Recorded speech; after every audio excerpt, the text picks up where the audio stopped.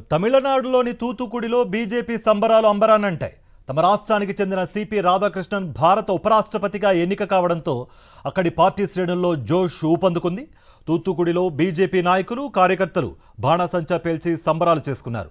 అందరికీ మిఠాయిలు పంచి హర్షం వ్యక్తం చేశారు.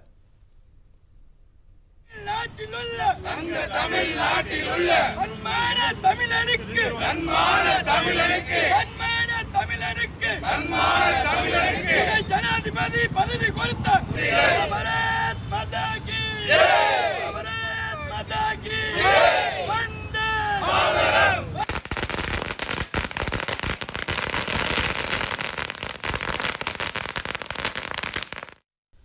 ఉపరాష్ట్రపతిగా ఎన్నికైన సిపి రాధాకృష్ణన్ను ప్రధాని మోదీ కలిశారు. ఎన్నికల్లో రాధాకృష్ణన్ ఘన విజయం సాధించడంపై హర్షం వ్యక్తం చేశారు ప్రధాని. భారత 17వ ఉపరాష్ట్రపతిగా ఎన్నికైన సిపి రాధాకృష్ణన్ను ప్రధాని మోదీ స్వయంగా కలిసి అభినందనలు తెలిపారు. ప్రధానితో పాటు కేంద్ర మంత్రి జేపీ నడ్డా సిపి రాధాకృష్ణన్ను కలిసి అభినందించారు.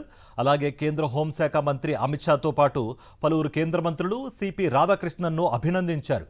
ప్రహ్లాద్ జోషి నివాసంలో ఉపరాష్ట్రపతి ఎన్నికల విజయోత్సవ కార్యక్రమం ఘనంగా జరిగింది. ఈ కార్యక్రమంలో నూతన ఉపరాష్ట్రపతి రాధాకృష్ణన్ను పలువురు ఉన్నతాధికారులు కలిసి అభినందనలు తెలిపారు.